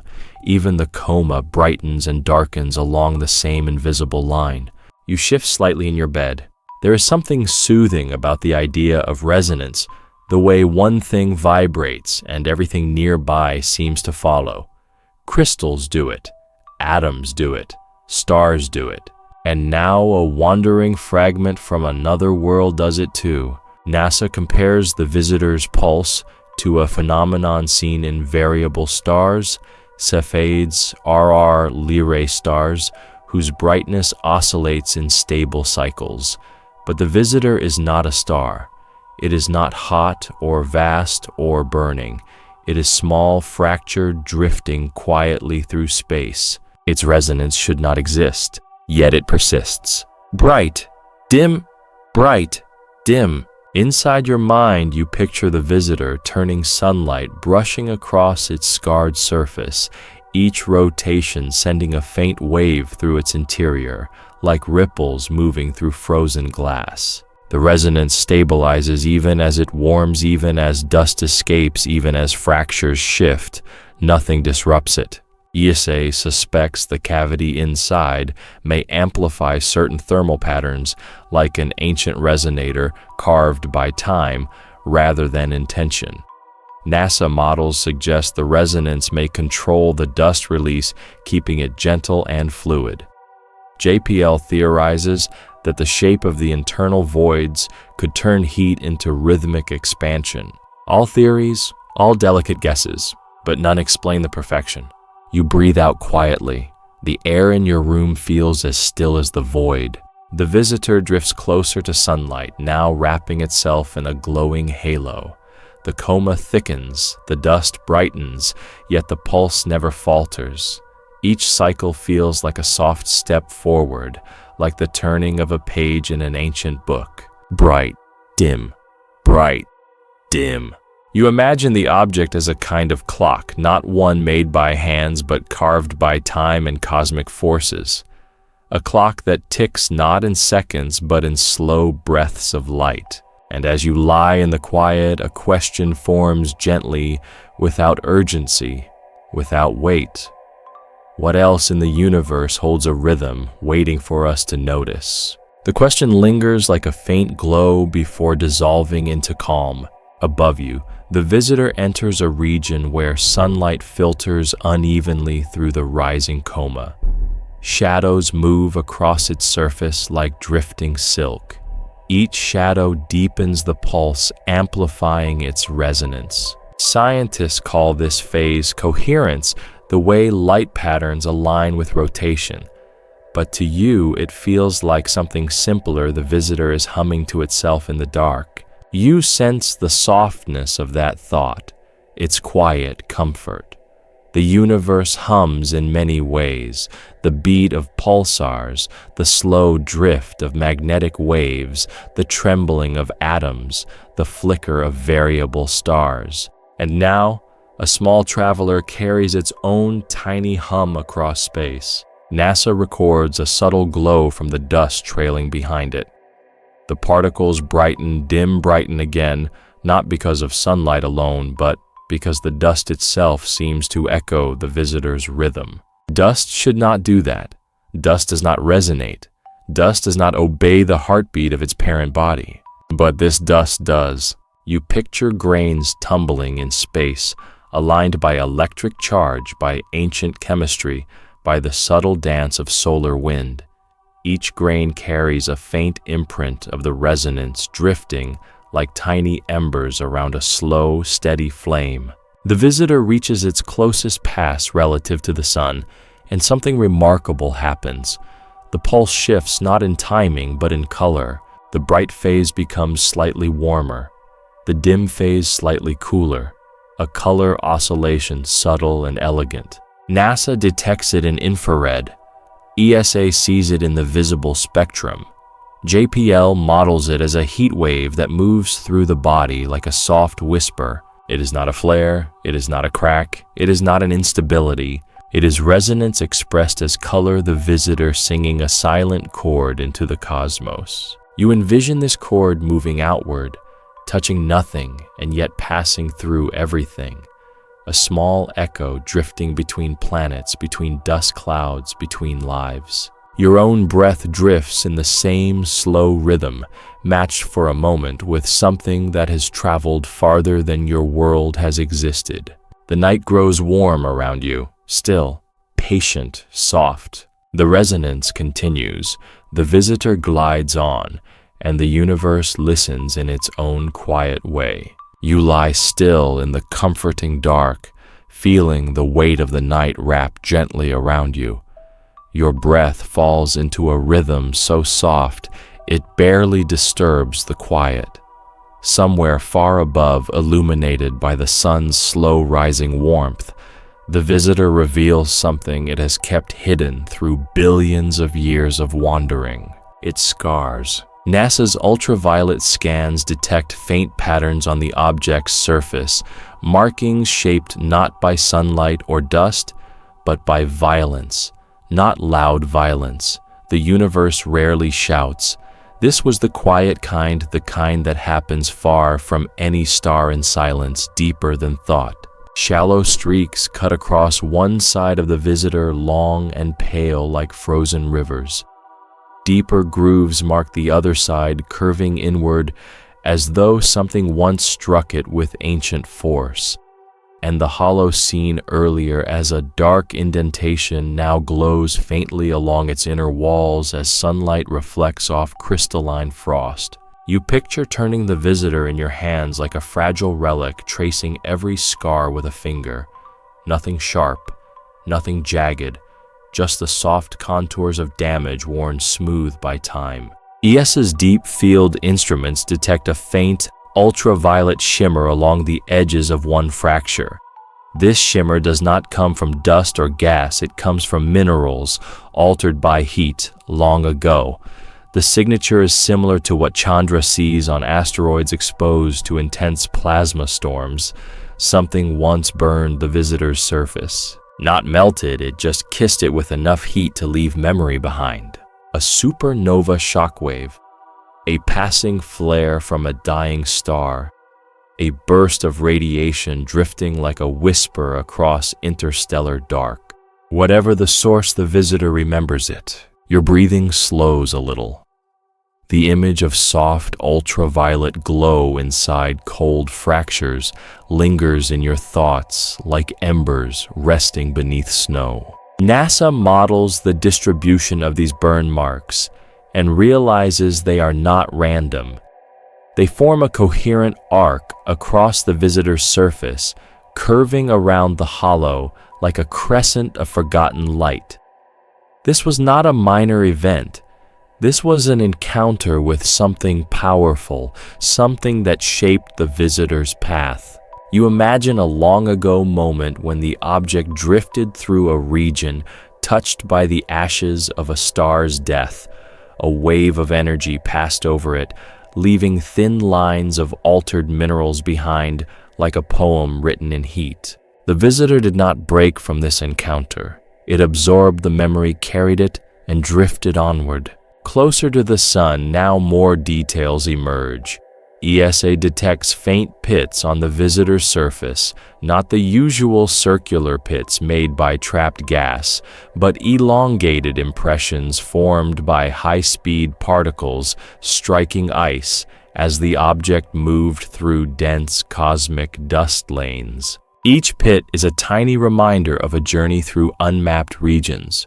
The visitor has traveled through dark places, places where dust storms move like oceans, places where plasma currents drift like pale curtains, places where the remnants of ancient stars float like frozen rain. You imagine the object drifting through those invisible seas, its surface collecting scars, the way old tree bark collects the shapes of wind, not violently, not abruptly, simply through time. One scar stands out, a deep curved groove running nearly the whole length of the visitor. NASA calls it a structural memory line, a fracture left by an impact large enough to bend the object's shape, but gentle enough not to destroy it entirely. You sense the age of that scar deeper than dates can measure. It is not a wound, it is history. The sun warms its edges, now revealing crystalline glints where frost lies tucked into the groove. You breathe slowly, imagining the moment of impact. Two fragments drifting through the dark meeting with a force that neither expected. One broke, the other survived. This surviving fragment is the visitor. Farther across the surface, Chandra's X-ray mapping picks up faint traces of heavy ions embedded in the ice, the fingerprints of a plasma storm that occurred millions of years ago. These storms are rare. They move across the galaxy like drifting auroras carrying heat-charged particles and memory of the star that produced them. When such a storm passes through a cloud of ancient objects, each body is marked differently. The visitor carries those marks like soft tattoos. Your breath falls gently into your chest. The room feels calm, as if the universe has cushioned your thoughts in layers of quiet understanding. The visitor drifts deeper into sunlight now. Dust rises from its surface, revealing more details of the scars beneath. Where the dust lifts most easily, the surface is old, weathered, softened. Where the dust clings stubbornly, the surface is young, formed by fractures that have not yet smoothed. This duality reveals something remarkable. The visitor's surface is a timeline. Older regions worn by eons, younger regions carved by cosmic encounters. NASA scientists trace this timeline like reading rings inside ancient wood. Each scar is a chapter, each burn a sentence, each pit a whisper from the places it passed through. You picture the visitor as a drifting autobiography, a story written not in letters, but in impact marks made by things no human will ever witness. The visitor rotates, and the hollow comes back into view. Sunlight reaches deeper into it now. The inner walls gleam with a pale frost, shimmering like candlelight behind thin glass. ESA's close-range scans detect that the inner hollow contains layers, ice from different eras, dust from different journeys, minerals from different encounters. The hollow is not simply an absence, it is an archive, not built, not designed, just kept by the slow patience of cosmic time. You breathe out, feeling a warm heaviness settle through your body. The visitor's scars are not signs of weakness. They are evidence of survival, evidence that something fragile can endure for longer than stars. As the visitor glides past its closest approach, the sun warms it from one side, illuminating the scars in shifting patterns. Some glow, some darken, some disappear into shadow as the object turns. NASA records this light play like a slow dance. The visitor reveals and conceals its secrets with each rotation. Not deliberately, objects do not hide, but with a kind of quiet dignity shaped by time. You feel that same dignity rising through your thoughts, not as noise, but as calm. The visitor drifts onward, carrying its scars with ease. There is no shame in them. There is no fear. Only continuity, the soft resilience of something that has crossed the galaxy and survived. And as you lie there wrapped in darkness, you sense a shared truth. Everything that lasts carries marks. The universe is full of scars, nebulae shaped by old explosions, planets cracked by ancient impacts, moons carved by forgotten tides. The visitor is simply honest about its history. The room feels quieter. Your body feels heavier. Your mind drifts like dust through sunlight. Far away, the visitor continues on its path, its collision scars glowing softly in the growing light of a star it never meant to meet. The night lies around you, like a gentle sea, quiet and dark, with only the faint hum of your own breathing drifting through it. The softness in the room feels almost weightless, as though the edges of everything have blurred just enough to glow. Far above that calm, past the faint blue shell of Earth's atmosphere, the visitor enters a region where its journey begins to loosen. Not slow, not fast, just unbound. NASA watches as its velocity settles into a steady glide, a motion shaped no longer by heat or dust or solar wind, but by the thin gravity that threads through the outskirts of our star's influence. The visitor is no longer reacting to sunlight. It is continuing despite it. You imagine it moving through that pale light, drifting like a small leaf across a lake at dusk, pushed not by wind, but by the last soft ripples of the day. A motion that doesn't hurry, a motion that doesn't stop, a motion that simply is. The visitor's coma has thinned almost completely now. What remains is a quiet brush of particles, barely visible, like the faintest breath lingering in cold air. This is the natural end of activity, not a collapse, not an extinguishing, but a settling. ESA's instruments detect the final traces of thermal contrast along the visitor's surface. These subtle shifts, a whisper of warmth here, a soft coolness there, show the last echoes of the resonance it once carried. The pulse still exists, but now it is faint, like a bell heard from miles away. Bright, dim, but mostly dim. Your breath follows the rhythm without effort, as though some part of you recognizes the comfort of something slowing down, becoming gentle, dissolving into quiet. The cavity, once radiant with scattered light, lies mostly in shadow now. Sunlight no longer reaches deeply enough to awaken anything within. The frost inside grows denser, colder, forming delicate crystals shaped by nothing but silence. NASA compares these crystals to those seen on cometary surfaces when activity ends, structures so fragile, so fine they shatter at the slightest touch, yet here in this emptiness they endure indefinitely. You imagine the hollow filled with these pale, quiet shapes, untouched and unchanging like the memory of snow preserved inside stone. The visitor rotates slowly, and ESA captures faint glints along the ridge's reflections made not by bright light, but by minimal sunlight, slipping across uneven ice. These glints are softer than stars, softer than moonlight, softer even than the reflection in a still pond. As the visitor drifts farther, each glint becomes rarer, like the last sparks fading from cooling embers. The air in your room feels warm by comparison, gentle against your skin. You sense your body settling the way the visitor settles, not into darkness, but into ease. The object crosses a boundary marked only by the behavior of dust. Inside this region, dust responds to solar wind. Outside it, dust responds to nothing but its own mass. The particles no longer follow the visitor's path. They fall behind. They drift separately, quietly, weaving their own stories. NASA models these trajectories as long, graceful arcs that unfold over centuries. ESA tracks the particles until they fade below detection, dissolving into the thin fabric of the heliospheric dusk.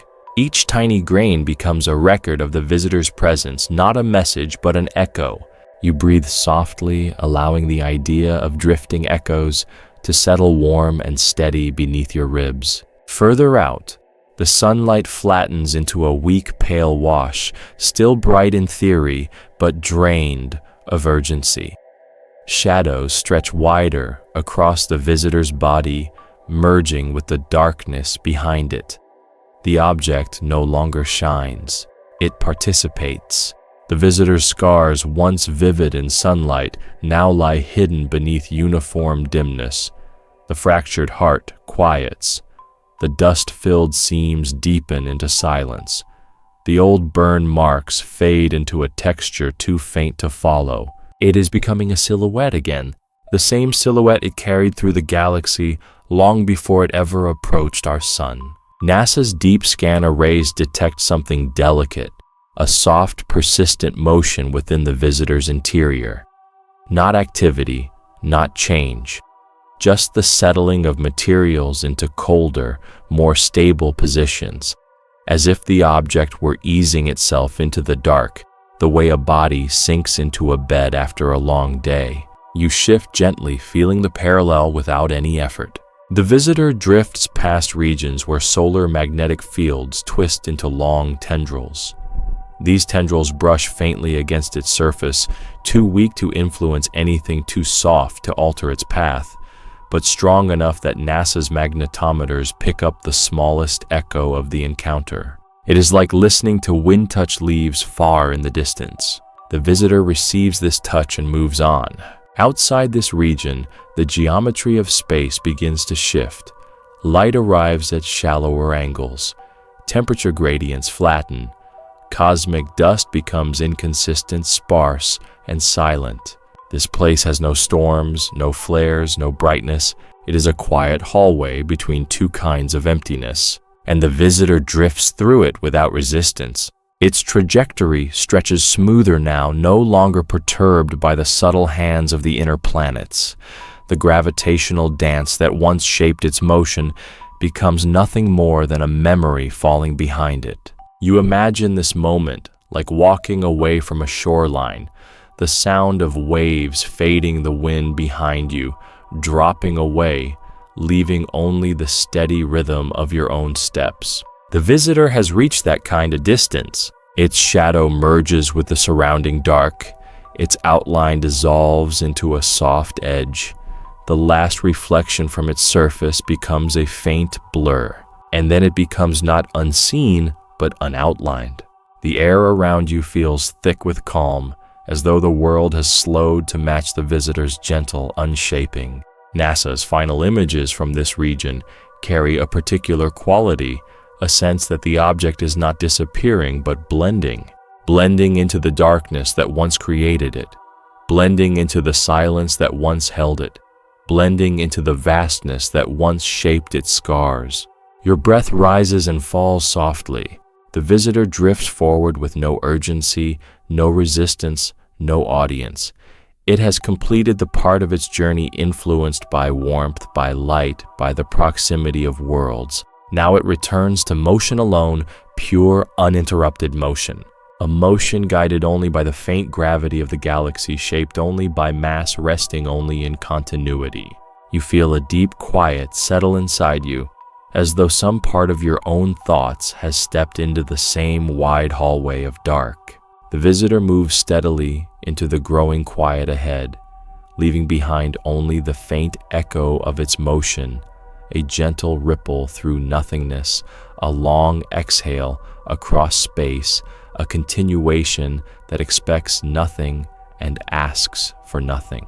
It drifts and the universe receives it. Softly, the night around you feels as if it has widened, stretching into a gentle horizon of shadows and warmth. Your breath has found its own rhythm, slow and patient, matching the quiet pattern you've carried through this journey. Above you, impossibly far from the soft stillness of your room, the visitor crosses into a region where sunlight changes character, not weaker, not stronger, just different. Light behaves differently out here. NASA's long-range solar models describe this region as a thinning envelope of influence, a place where sunlight loses its sharpness and begins to scatter through dust grains left behind by comets and ancient collisions. The visitor drifts through this soft light as though passing through the whisper of a memory. It glows gently, not from heat or dust release, but from the simple act of being touched by light.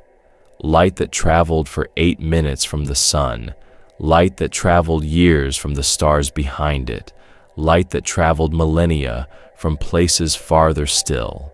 And the visitor carries all of it. You picture the object suspended in a faint golden wash, the way specks of dust float through a sunbeam that has slipped between curtains. Nothing rushed, nothing forced, just particles moving in a glow too soft to name. ESA's wide-field imaging captures this glow, a subtle halo forming around the visitor as sunlight refracts through the thinning coma. The dust grains act like tiny prisms, bending light into shades too faint for the human eye, but present all the same. You imagine these colors pooling around the visitor like watercolor bleeding across paper. The warmth of the image settles into your thoughts. The object no longer releases dust in steady streams. The heat from the sun now reaches it at an angle too shallow to stir its fractured heart. Instead, the dust it carries becomes a thin haze, a memory of the activity it once showed closer to the sun. NASA calls this the afterglow zone, where a comet or interstellar visitor enters a state of quiet reflection. It is not being transformed anymore. It is simply illuminated. The visitor rotates, and the light follows the movement, sliding across its surface in long, gentle strokes. The old scars brighten for a moment. The hollow fills with soft shadow.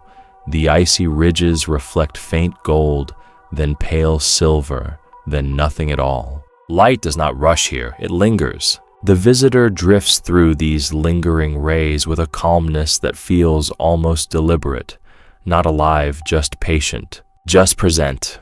Your breathing mirrors that presence, slow, warm, steady, as if some small part of you has learned to follow the visitor's quiet way of moving.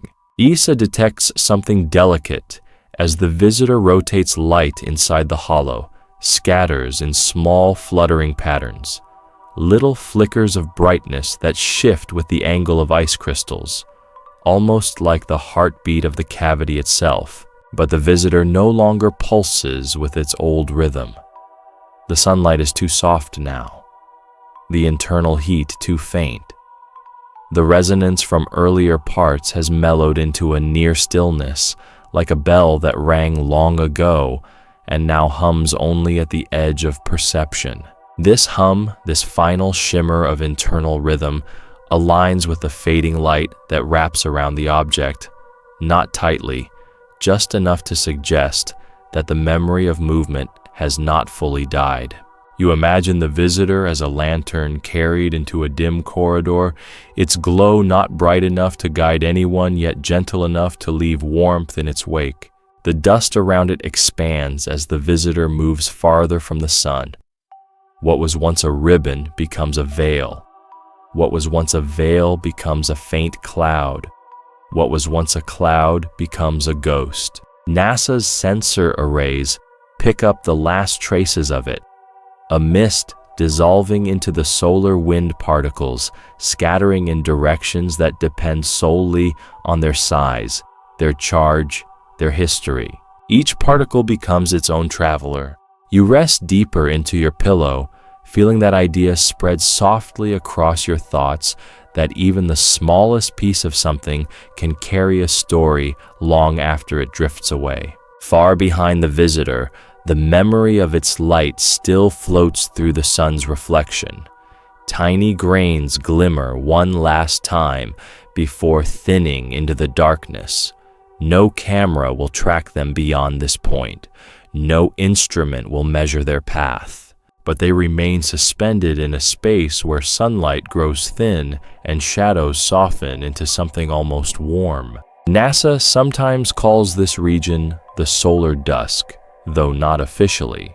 It is more a feeling than a classification, a place where the boundary between light and dark is not sharp, but grayed, quiet, gentle.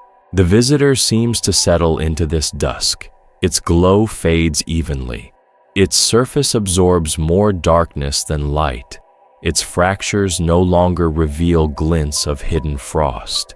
The object becomes what it was for most of its existence, a dim fragment drifting through a dim ocean. And yet there is beauty in this return, because even in fading, it carries the memory of brightness. The sunlight that touched it will continue outward, carrying with it the imprint of the visitor's shape, the faint shadow it cast on passing photons, the way scattering dust painted brief colors across the void. Light remembers, not consciously, not deliberately, but inevitably. Every atom of scattered glow becomes part of the cosmic background, woven into the soft tapestry of illumination that fills the galaxy. The visitor adds its small note to that endless field of brightness. You breathe out, long, slow, warm, letting that idea rest inside your chest. In its fading, the visitor becomes part of a memory far larger than itself, a memory the galaxy will hold quietly, softly, without ever needing to name. The object continues outward, its surface slipping back into shadow. The sun becomes a smaller point behind it. The glow fades, the colors fade. The afterlight becomes a dim outline. Soon even that outline will disappear. But nothing truly vanishes, not in this universe. Everything leaves echoes, faint, delicate, drifting through time. The visitor carries its echoes into the dark. Your mind carries them in its own way, and the night around you absorbs them without changing shape. The memory of light, the light that warmed it, the light that revealed it, the light that held it for a moment, travels quietly beside the visitor now. And as you rest deeper into the softness of your own world, that same memory settles beside you, warm and unhurried, the way all gentle things eventually come to rest. The night feels deeper now, as though the air itself has settled into a gentler shade of darkness. Your breath moves slowly, quietly, like waves that have forgotten how to rush. Somewhere above that softness, far past the comfort of clouds and blue skies, the visitor reaches the threshold where sunlight no longer follows closely. This is the place where brightness loosens its hold. NASA sometimes describes this region as the transitional quiet, a zone where the solar wind becomes thin, where charged particles scatter too widely to shape anything, and where dust behaves as if it has entered a wider, dreamlike room. The visitor drifts into that room with the calm acceptance of something returning to what it has always been. Its coma, once luminous, once alive with dust, fades into a barely visible haze. The last grains float outward in small, gentle spirals, carried by the final whispers of reflected sunlight. Not enough to illuminate anything, but enough to remind the universe that the visitor is still there. You feel the image settle inside you, warm and slow. The object's rotation has softened too. Earlier, when sunlight touched it fiercely, it pulsed with vivid contrast, brightening and dimming like a quiet heartbeat. Now the pulse lies nearly flat, its rhythm dissolving into the dark. The visitor moves as if carved from shadow. Yesa's far-distance imagers pick up faint glimmers, thin reflections, slipping across the visitor's surface as it turns. These are not signs of activity, not signs of change, but the last remnants of light passing through what little frost remains on its fractured shell. It looks like a world preparing for sleep. Your breath mirrors that preparation, falling deeper into your chest with each slow inhale. There is a peace to the fading, a softness to the dimming light. The visitor continues outward, and the sun becomes smaller behind it, a warm coin pressed against an enormous curtain of black velvet. The visitor faces away from the sun, now its surface growing colder with each passing mile. Ices stiffen again, retreating inward. Dust settles softly across ancient scars. The cavity, once bright with scattered sunlight, sinks into pure shadow. NASA compares the temperature drop to a twilight that deepens without ever reaching nightfall, an infinite dusk stretched across billions of miles. The object has entered that dusk fully now. Its dust cloud no longer belongs to the visitor alone. Particles drift away, choosing their own trajectories. Some follow streams of solar wind. Some sink into gravitational curls. Some wander in slow, silent arcs through the outer solar system. Every grain becomes a tiny traveler, each on its own path. You imagine these grains as small lanterns in a vast cathedral of cold. They do not glow, but their movement carries a quiet grace, the kind that happens only where nothing disturbs the air. ESA's faint light sensors detect one last subtle shimmer, not from dust, not from heat, but from the visitor's own shadow passing across the thin light behind it. A silhouette in reverse, a dark imprint gliding through a fading glow. Most objects lose their story as they move away, but this object seems to gain something, a kind of calm dignity, a stillness too deep to name. You breathe in gently. The visitor's journey across the inner solar system changed it, but not in dramatic ways. Nothing cracked open. Nothing broke apart. Instead, light carved a layer of memory onto its surface, gently, steadily, then left it to drift again. That memory will remain for ages, sealed in frost and dust.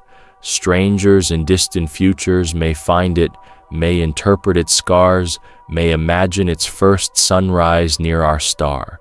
But for now, the visitor carries that memory into darkness, slow and unbothered. NASA's final telemetry shows a change in velocity, tiny but real, caused by the soft release of the last remaining volatiles. This small nudge bends its path slightly outward, widening its escape trajectory. A quiet push, a final exhale.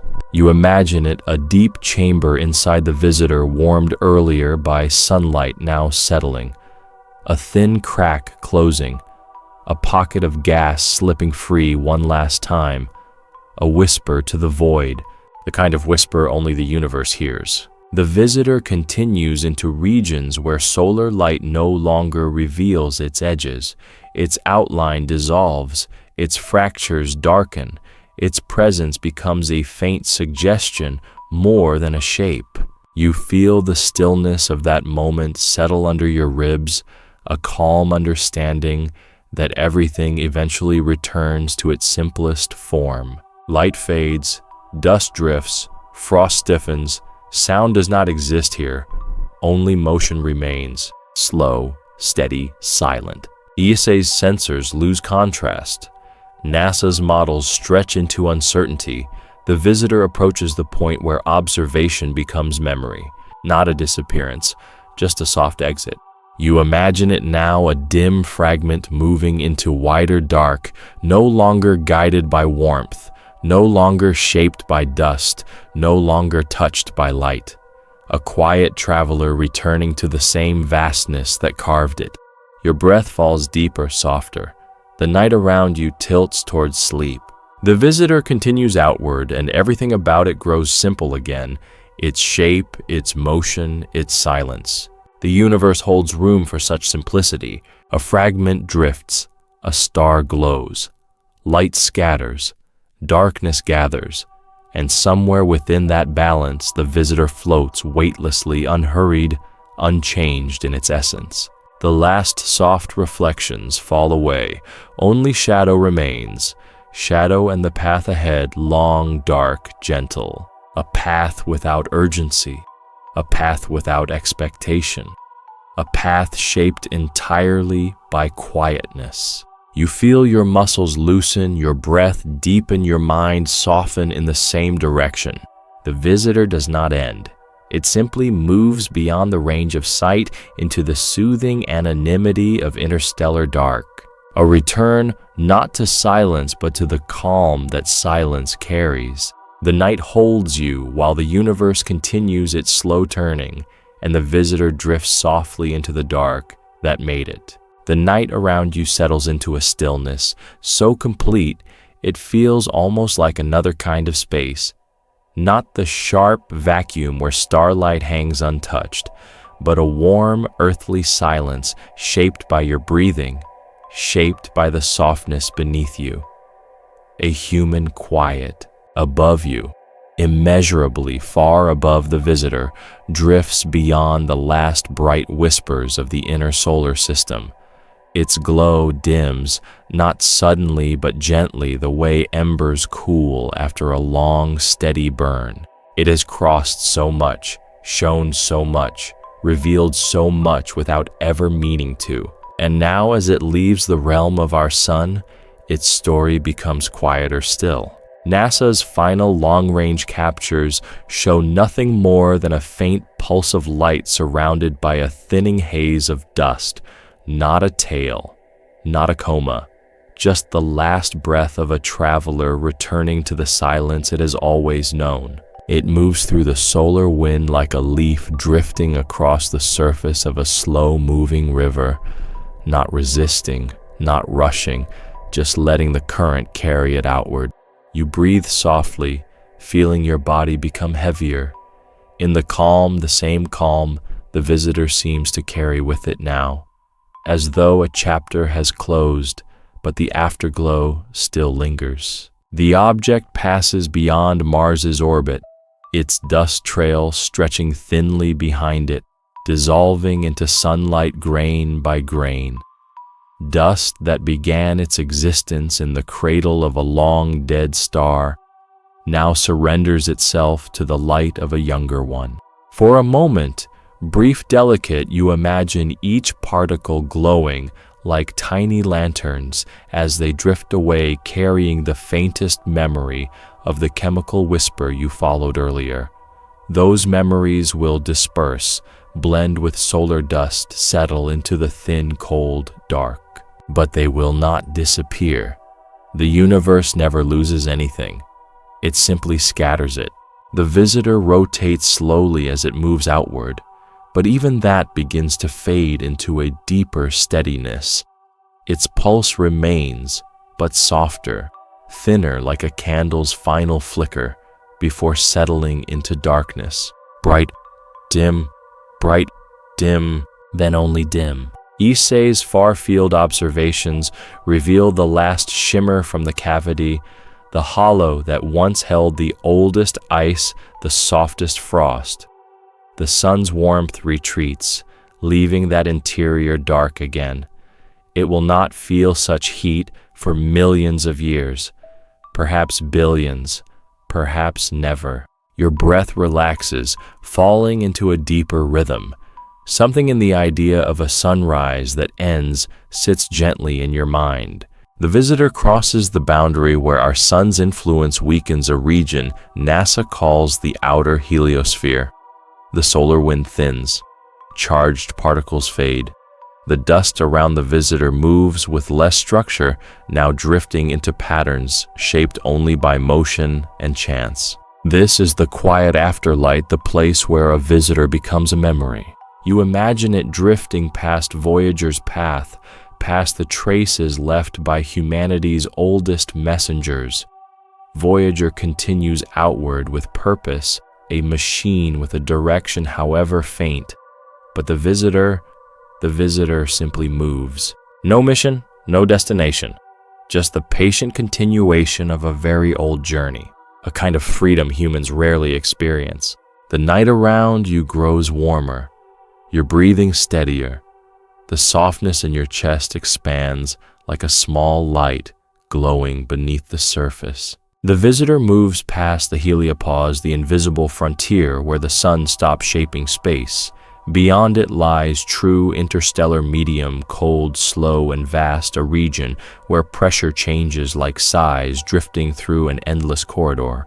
Here the visitor begins to look familiar again, not as a comet, not as a spectacle, but as what it has always been, a wanderer, a page drifting loose from the galaxy's infinite library, a fragment carrying no name and no destination.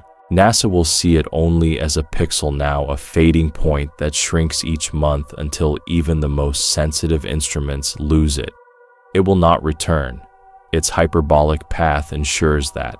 And yet something comforting lingers in that thought, because paths that do not return are not endings. They are continuations we aren't meant to follow. You let your eyelids fall a little heavier. Your thoughts begin to drift the way the visitor drifts, slow, smooth, directionless, in a peaceful way. The visitor moves deeper into the interstellar dark. Its scars cool, its dust settles, its fractures hold, its memories seal themselves again beneath layers of ice. All the sunlight it gained it now slowly loses. All the warmth it borrowed it releases back into silence. You imagine it in this deep, cold region surrounded by nothing, shaped by nothing, free of everything. Not lonely, not lost, just quiet. Perhaps it will pass another star one day, its dust glowing faintly in a distant sunrise. Perhaps it will be pulled into another system, wake its chemistry, again reveal its cavity to a different world. Or perhaps it will drift unbothered for the rest of time, carrying its resonance and darkness so deep that even starlight dies before reaching it. There is no tragedy in that, no sorrow, just the soft continuity of existence. The visitor's pulse fades completely now. Bright becomes dim, dim becomes shadow, shadow becomes quiet, and quiet becomes home. You sense the room around you sinking into the same stillness, the way everything falls quiet before sleep, when even thoughts move more slowly, as if wrapped in thick velvet. The visitor vanishes into the dark, not gone, not ended, but absorbed into the ocean of space that made it. A fragment of somewhere, a survivor of something, a messenger of nothing, a traveler of everything. Your breath softens once more. You realize the visitor has always been more than a distant object. It has been a companion to the quiet within you, a reminder that even the smallest fragment can cross galaxies, that even the most fractured things can continue forward, that even the coldest journeys carry warmth when illuminated for a moment. And now, as its glow fades beyond the reach of human sight, you feel a gentle gratitude for having witnessed its passing, its scars, its dust, its chemistry, its resonance, its silence. The night rests with you. The universe settles. Everything grows softer. You drift slowly, warmly, quietly into the same deep calm the visitor returns to. Sleep well, dream gently, the journey continues.